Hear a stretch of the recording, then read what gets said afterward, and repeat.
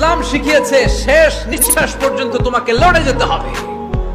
এই পৃথিবীতে কেউ কাউকে জায়গা করে দেয় না, জায়গা করে নিতে হয়। এই পৃথিবীটা the life is not a bed of roses, এটা ফুল বিছানো কোনো ফুল সজ্জা নয়, এটা কণ্টকাকীর্ণ। কেউ আপনার স্পেস করে দিবে না, কেউ আপনাকে সুযোগ করে দিবে না, কেউ আপনার জায়গা করে দিবে না, বরং আপনি জায়গা করে নিলে টাইনা নিচে নামাবে। ইসলাম আমাদেরকে এটাই শিখিয়েছে, কাজ করে খেতে হবে। কাজে লজ্জা নেই, লজ্জা হচ্ছে অলসতায়। লজ্জা কিসে?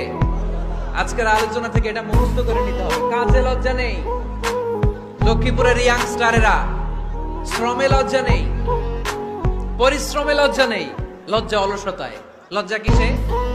আরো জোরে।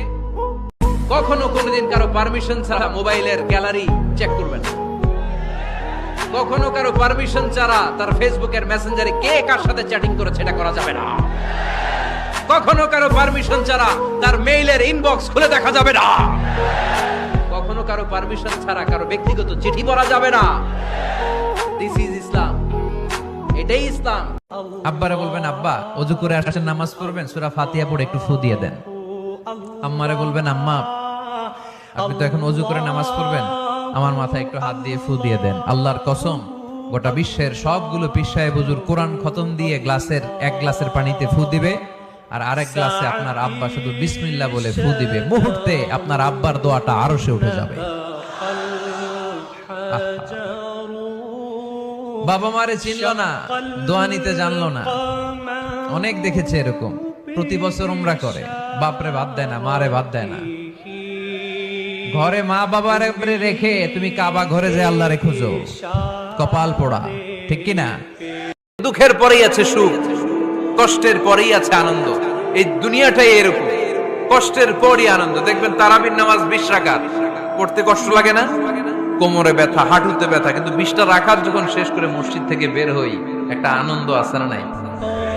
কষ্ট করে পরীক্ষার জন্য প্রিপারেশন নিলেন আপনি কয়েক মাস, কিন্তু ফলাফল যখন ভালো হয় তখন একটা আনন্দ আছে না নাই? সারাদিন রোজা রাখলেন রমজানে, কি কষ্ট, তৃষ্ণায় গলা ফেটে যায়, কিন্তু ইফতারির সময় যখন রুহাবজা শরবতটা খাই, কেমন লাগে? একটা আনন্দ আছে না নাই? এজন্য আল্লাহ বললেন, فَإِنَّ مَعَ الْعُسْرِ يُسْرًا إِنَّ مَعَ الْعُسْرِ يُسْرًا।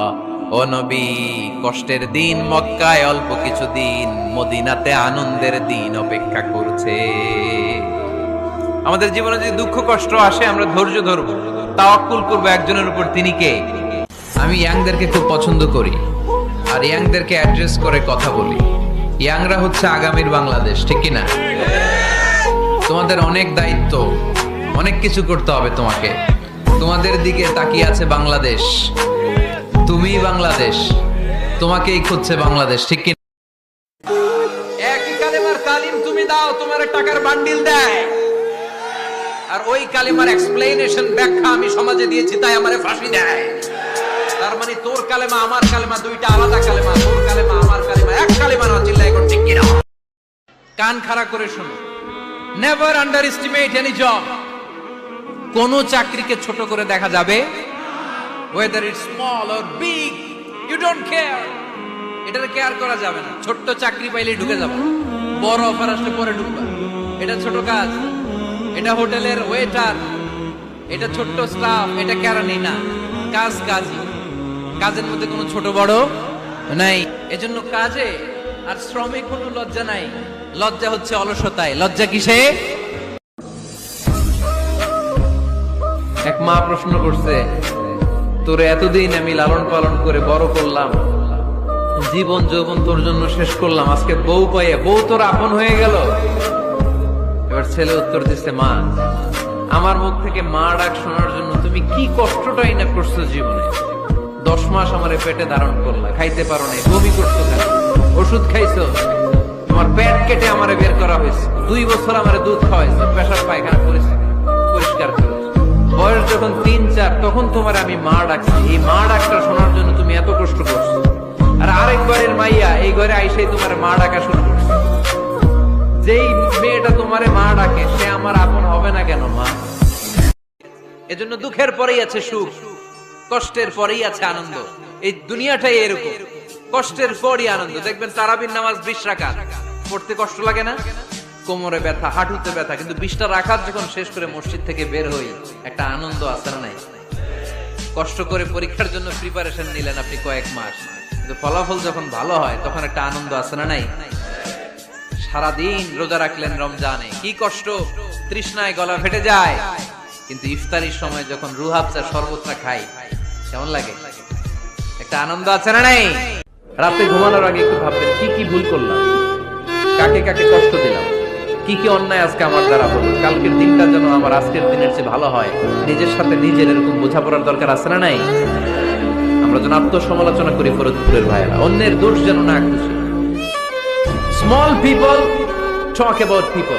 যারা নিচু মনের মানুষ এরা শুধু মানুষের দোষ খুঁজে বেড়ায়, মানুষ নিয়ে কথা কয়, এই মানুষের সমস্যা, এই সমস্যা। Average people talk about things and story and the incidents.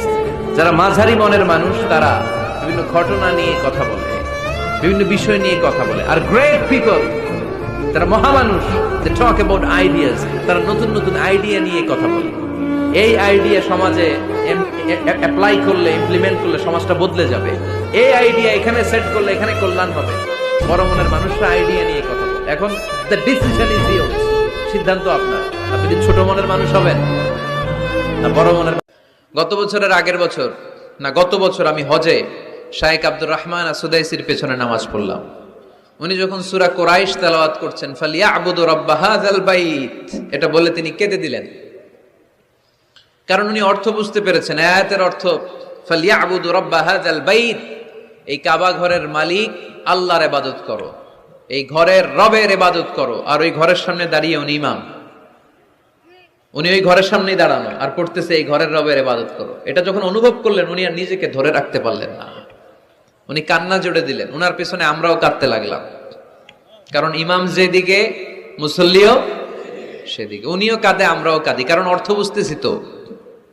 আবার জান্নাতের আয়াত আসলে এমন সুরের ঝংকার তুলে তিনি তেলাওয়াত করে, মনে হচ্ছে যেন এখনই উপর থেকে রহমত নাজিল হচ্ছে, ঠিক কিনা? মনে রাখবেন, নেককার স্ত্রী, নেককার সন্তান আল্লাহর কাছে চেয়ে নিতে হয়। নবীরা চেয়ে নিতেন, যুররিয়া সালেহা নবীরা চেয়ে নিতেন। আল্লাহ পাসপোর্ট দিয়ে রাখছি, জাপান যাব, আমেরিকা যাব, আল্লাহ ভিসাটা হয় না, আল্লাহ শেষ সাথে চান, কবুল করবে কে? আমার কোন উম্মত যদি আমাকে 2টা অঙ্গের গ্যারান্টি দেয় যে তারা এই 2 অঙ্গের পাপ করবে না, আমি তাদেরকে জান্নাতের গ্যারান্টি দেই। 1 নম্বরে মা বাইনা লিহিয়াইহি, 2 চোয়ালের মাঝখানে যা থাকে মানে জিহ্বা। আমার কোন উম্মত যদি আমার গ্যারান্টি দেয় জিহ্বা দিয়ে কোনো মিথ্যা বলবে না, কাউরে বাজে কথা বলবে না, ঠাট্টা বিদ্রূপ করবে না, জিহ্বা দিয়ে যে এই পাপ কাজগুলো হয় এগুলো করবে না। আর 2 রানের মাঝখানে যে অংশ আছে লজ্জাস্থান, এই 2টা অঙ্গের গ্যারান্টি যদি আমার কোন উম্মত আমারে দেয়, আমি আমার ওই উম্মতকে জান্নাতের গ্যারান্টি দিয়ে দেব। অনেকেই দেখবেন এত ভালো নামাজি, জোহর পরে টেনশন করে আসরটা কই পড়বো, আসর পরে চিন্তা করে মাগরিবের সময় আমি কোথায় থাকবো, মাগরিবের সময় টেনশন, ইস এশাটা হয়ে গেলেই তো শেষ। এরকম লোক আছে না নাই? এদেরকে সেই কঠিন ভয়াবহ দিনে আরশের নিচে ছায়া দিবে কে?